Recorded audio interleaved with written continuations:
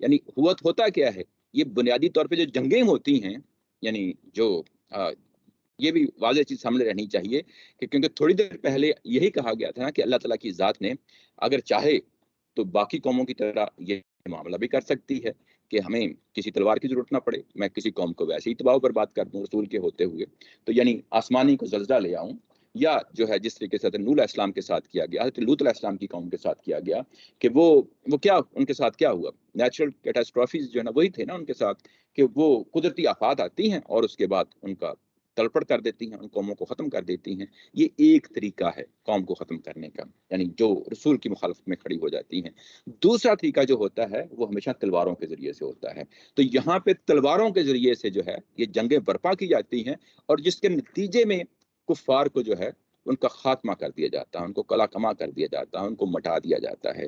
تو یعنی یہاں پہ ایک چیز ہے بڑی امپورٹنٹ، یہ کہ جو مسلمانوں کو آزمائشیں آئیں گی اس کے نتیجے میں ان کو کلاسیفائی کیا جائے گا، ان کی تطہیر کی جائے گی، لیکن ساتھ ہی جو ہے جو کافر ہیں، کفار ہیں، جن پہ اتمام حجت ہو چکا ہے اور جو انات پہ کھڑی ہو گئی ہیں، ان کا خاتمہ کیا جا سکے۔ یعنی یہاں پہ وہ جو اصول ہے بنیادی، اس کو یہاں پہ زیر بحث لایا گیا ہے۔ جی جی یہ جو ہے آن ہے نہیں آن ہے، لیکن وہ میں لاسٹ ٹائم دیکھ رہا تھا آواز آتی ہے۔ نہیں، میں ادھر سے کر لیتا ہوں، اس کو آن کر لیا کریں۔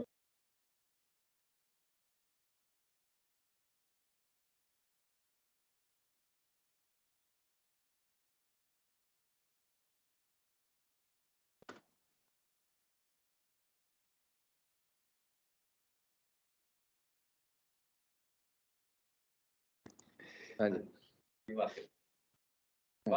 سوال یہ ہے کہ یہ جو امتحان ہو رہا ہے یہ تو مسلمانوں کا اس وقت ہو رہا ہے، اور ان پر تو عذاب نازل ہو رہا ہے کفار پہ۔ یہ امتحان ہوا اور یہ امتحان کے بعد ان سے پتائی ہوئی، تو اللہ تعالیٰ نے ان کو سمجھانا شروع کر دیے اسباب کہ یہ کیوں امتحان ہوتا ہے، کس لیے امتحان ہوتا ہے۔ لیکن یہاں پر کیا سزا کا پہلو نہیں ہے کہ جو ان سے غلطی ہوئی ہے، تو کیا ان کو مسلمانوں کو یہاں پر کوئی سزا نہیں مل رہی اس غلطی کی؟ جی جی، وہ بھی بڑا اہم موضوع ہے، وہ بھی بڑا اہم موضوع ہے کہ کیا ان کو سزا نہیں دی جا رہی۔ وہ سزا جو ہے اس کو یہاں پہ ابتلا کا مضمون ہے۔ یہ اس کو میں پڑھ رہا تھا تدبر قرآن کے اندر کہ قرآن اس کو سزا نہیں کہہ رہا، یعنی جو مسلمانوں سے غلطی ہوگی قرآن اس کو سزا نہیں کہہ رہا، قرآن اس کو ابتلا کہہ رہا ہے۔ ابتلا جو لفظ ہے یہ بڑا اہم لفظ ہے، یعنی ابتلا ہم اس کو ترجمہ تو ازمائش کر جاتے ہیں، یہ اہم کیوں ہو جاتا ہے؟ اس ابتلا کے ڈکشنری میں بھی اٹھا کے دیکھیں تو اس کا ایک معنی ہوتا ہے ٹو چیلنج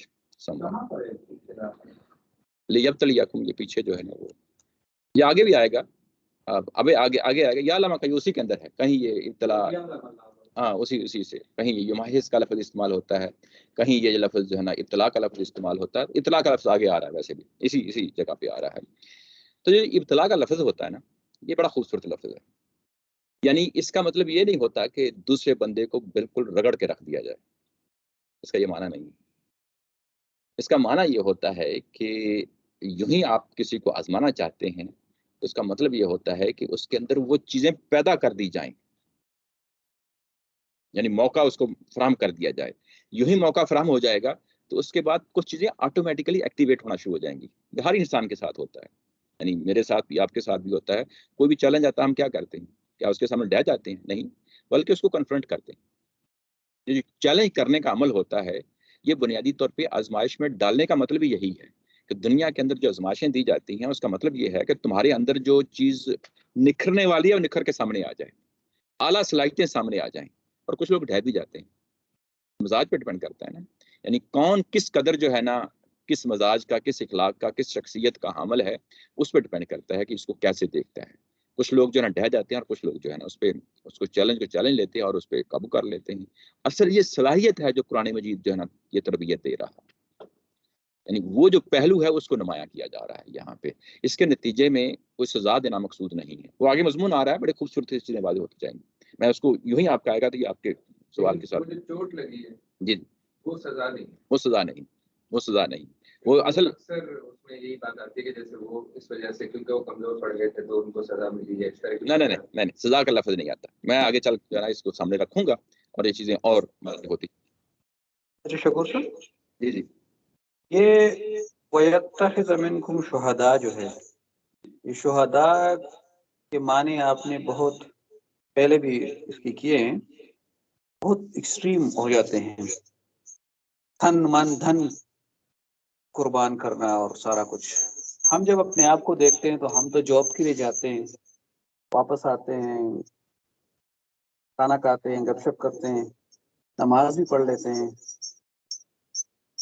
یہ تو ہمارے ساتھ کوئی ریلیشن ہی نہیں بنتا ہے ان چیزوں کا.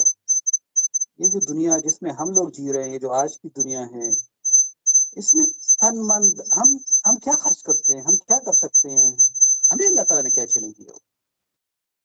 جی بڑے خوبصورت سوال ہے جی. اس میں یہ چیز ہے، یہ چیز سامنے رکھیں کہ جب اللہ تعالیٰ کی ذات قرآن مجید میں ان شخصیات کا ذکر کرتی ہے تو وہ بعض اوقات محسوس ہوتا ہے کہ یہ بڑی ایکسٹریم ایگزامپلز آ جاتی ہیں. یہ ایگزامپل اس طریقے سے آتی ہیں، ہمیں سورہ بقرہ میں ہمیں معلوم ہے کہ وہاں حضرت ابراہیم علیہ السلام کے ساتھ کیا ہوا. بیٹے کی قربانی مانگی تھی نا، اور انہوں نے قربانی دے دی، اور ان کی قربانی پہ جو لفظ لے کے آئے تھے کہ واقعی جو ہے سرنڈر کر گئے، واقعی وہ سرنڈر کر گئے ہیں. اور اس کے نتیجے میں ظاہر ہے کہ اللہ تعالیٰ کی ذات نے ان کو امامت کا معاملہ کیا ہے.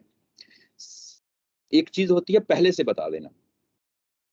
ایک رسول کے مقام پہ ایک شخص کھڑا ہوتا ہے تو اس کو تو پتا ہے کہ میرے یعنی اس نے دنیا کو دیکھ لیا ہے، دنیا کو دیکھ لیا ہے، اللہ کو دیکھ لیا ہے، اللہ کے احکامات کو دیکھ لیا ہے، اس دنیا کے پیچھے جو پوری سکیم ہے اس کو سمجھ لیا ہے. تو اس کے بعد جو کچھ بھی ہو جائے اس توکل پہ کھڑا ہے، اللہ تعالیٰ کی ذات پہ سہارے پہ کھڑا ہے. جب صحابہ اکرام کھڑے ہوتے ہیں، رسول کے ساتھی کھڑے ہوتے ہیں، تو وہ رسول کے مقام پہ تو ایک طرح نہیں کھڑے ہوتے، لیکن ایک طرح وہ بھی اس کے قریب قریب جو ہے نا اس جگہ پہ ہوتے ہیں. ان کو پہلے سے بتا دیا جاتا ہے کہ جس رسول کے ساتھ تم کھڑے ہوئے ہو، جن حقیقتوں کو اس رسول کے ذریعے سے تم سمجھ چکے ہو، تم پہ بھی جو ہے نا ایک طرح کی آزمائشیں گزرے گی. ان کو پہلے بتا دیا جاتا ہے. یہ جو لفظ شروع میں جزا اور سزا میں نے کہا تھا نا کہ جو لفظ آیا تھا کہ ہم لازمی طور پہ آپ کو آزمائیں گے، تو وہ اسی چیز کا اظہار تھا کہ تمہیں پہلے بتا دیا گیا ہے. اب اس کے اندر کئی ایک آزمائشیں آنی ہیں، کئی ایک مصیبتیں آنی ہیں. یہ جو آزمائشیں اور مصیبتیں آنی ہیں، جب ہم اس کو صحابہ کرام کے ساتھ خاص سمجھتے ہیں تو اس کی بڑی وجہ بھی یہی ہے. یہ قرآن مجید نے ایک تو خود کہہ دیا کہ لازمی طور پر تمہارے ساتھ ہی یہ سب کچھ ہوگا. تو جب یہ ہوگا تو پھر وہ تیار بھی ہوئے ہیں اس کے لیے. ٹھیک ہے نا. یعنی میرے اور آپ سے جو ہے وہ ظاہر ہے کہ ہمیں تو اس طریقے سے نہیں بتایا گیا جس طریقے سے صحابہ کرام کو بتایا گیا ہے. اب ہم جو ہے نا ایک نارمل زندگی گزاریں گے، روٹین کی زندگی گزاریں گے. اگر کہیں خدا نہ خواستہ تو ہمارے اوپر بھی کوئی اس طرح کا کوئی معاملہ ہو جاتا ہے کبھی کسی اسٹیج پہ، تو ہمیں تو بزدلی نہیں دکھانی. قوموں کے ساتھ ہو جاتا ہے، معاشروں کے اندر ہو جاتا ہے. آپ کو پتہ لگ رہا ہے کہ آپ کے ارد گرد کے ماحول میں ایک زلزلہ آ گیا ہے، ایک طوفان آ گیا ہے، آپ کے رشتہ دار ہیں اس میں، یعنی ہو سکتا ہے ہمارے پاکستان میں جو ہے نا وہ ہوا ہے، اور آپ کے پاس مال اور دولت ہے اور آپ اگر اس پہ بھی خرچ نہیں کریں گے تو پھر تو آپ بزدلی دکھائیں گے نا. یعنی کسی وقت ایسے حالات پیدا ہو جاتے ہیں انسانوں کے لیے بھی، تو وہاں پہ آپ نے فیصلہ کرنا ہوتا ہے. اور اگر وہاں پہ آپ فیصلے میں کامیاب ہو جاتے ہیں تو یقیناً ایک بڑے اعلیٰ مقام پہ ہوتے ہیں. لیکن صحابہ کرام کے ساتھ اس چیز کو سمجھ لینا چاہیے کہ ان کا معاملہ بڑا مختلف ہے، کیونکہ ان کو پہلے سے وارن کر دیا گیا تھا، ان کو بتا دیا گیا تھا کہ تم رسول کے ساتھ کھڑے ہو، تمہیں لازماً آزمائشوں سے گزارا جائے گا. تو یہ جو جزا اور سزا کا معاملہ ہے، اس لیے ہم یہ اس چیز کو پہلے سے بیان کر دیتے ہیں درس قرآن دیتے ہوئے کہ یہ میرے اور آپ سے متعلقہ چیز نہیں ہے. تو ہم اس شہادت جی اس طرح یعنی جس طرح انہیں جو ہے نا فون وان کر دیا گیا تھا، کہہ دیا گیا تھا کہ تمہارے مال و اسباب جو ہے نا وہ بھی ڈوبیں گے، تمہیں جانوں کا نذرانہ بھی پیش کرنا پڑے گا، تو وہ پورے اترے ہیں. لیکن ہم لوگ جو ہے نا ضابطہ سے ہم سے تو وہ تقاضا بھی نہیں کیا گیا. دیکھو شہید کے درجے پہ وہ یہی ہے کہ اپنے تئیں جو ہے نا کوشش کریں دین کو پھیلانے کی، اپنی زندگی میں لانے کی، اپنے گھر والوں کے ماحول میں لانے کی، اپنی بنیادی ذمہ داریاں پوری کریں. جو تکلیف مالا جو ابھی ہم نے پڑھا تھا، تکلیف مالا یطاق، یہی پڑھا تھا نا کہ آپ کی ذمہ داریاں آپ کی صلاحیتوں کے مطابق ہوں گی. یعنی ایک مزدور کے اگر یہ خبر سوار ہو جاتا ہے کہ میں نے شہید ہونا ہے، تو یہ میرا خیال ہے وہ جو ہے نا اس حد تک اس کو لے جائے، یا ایک مزدور یہ فیصلہ کر لے کہ میں ایک عالم دین ہونا ہے اور بغیر اس پروسیس سے گزر کے، یہ ایک پروسیس ہے، تو میرا خیال ہے وہ زیادتی کرے گا اپنے آپ کے ساتھ۔ وہ ہر بندے کا ایک عالم دین ہے، عالم دین کو قرآن و سنت بڑی واضح جگہ پہ ہوتا ہے، اگر وہ ڈنڈی مار جاتا ہے تو وہ بڑا خطرناک کام کر رہا ہوتا ہے، وہ بیسیکلی وہ اپنے اس مقام سے گر گیا ہے، اس کا جواب دے اس کا بڑی ذمہ داری بن جاتی ہے۔ تو ایسے ہی قوموں کے اندر جو صحابہ کی جماعت ہوتی ہے وہ بڑی جگہ پہ کھڑے ہوتے ہیں، یہ فرق ہمیشہ رہنا چاہیے، یعنی اپنے اوپر وہ ماحول پیدا نہیں کر لینا چاہیے کہ میں بھی اب صحابہ کی جماعت میں کھڑا ہو گیا، نہیں، ہماری وہ ذمہ داری میں شامل ہی نہیں۔ یہ چیزیں اس اینگل سے اس کو دیکھنا چاہیے، یعنی اب ہم یہ کہیں کہ یہ تمہیز کا جو معاملہ ہے اور اس کے نتیجے میں یعنی تمہیں تو آزمائشوں سے گزارا جائے گا، تمہارے اندر میل کو چال کو جدا کیا جائے گا، تمہیں کنفرنٹ کرنا ہے اور اس کے آگے ڈہ نہیں جانا، جبکہ دوسری طرف میں نے کیا کرنا ہے، میں نے ان منکرین کا خاتمہ کرنا ہے، کوئی نہیں جنگوں کے ذریعے سے ہونا ہے۔ یہ جو فلسفہ سمجھایا جا رہا ہے یہ بڑا اہم ہے۔ اور اس کے بعد یہ کہا کہ ام حسبتم ان تدخلوا الجنۃ ولما یعلم اللہ الذین جاہدوا منکم۔ اب یہاں پہ ایک سوال پیدا ہو جاتا ہے، قرآن مجید بعض کا سوال جو ہے وہ ریکارڈ نہیں کرتا، جواب دے جاتا ہے۔ یہاں پہ پھر جو ہے نا یہ جملہ معترضہ ہے، یہ پھر یہاں پہ جملہ معترضہ ہے، یعنی یہاں پہ جب یہ بات پہنچی، جس طرح آپ لوگ آپس میں ڈسکشن کر رہے ہوتے ہیں، کوئی سوال آتا ہے تو آپ کہتے ہیں کہ کوئی سوال ہے، آپ ادھر سے سوال آتا ہے کہتے ہیں کہ سوال ہے، ایسے ہی یہاں پہ کسی نے سوال کیا ہے۔ سوال کیا ہے کہ ہم تو رسول کے ساتھ کھڑے ہیں، ہماری آزمائش ہی کیوں؟ ہم نے ایمان لے آئے، بس ٹھیک ہے ایمان لے آئے، ہماری آزمائش کیوں کی جائے؟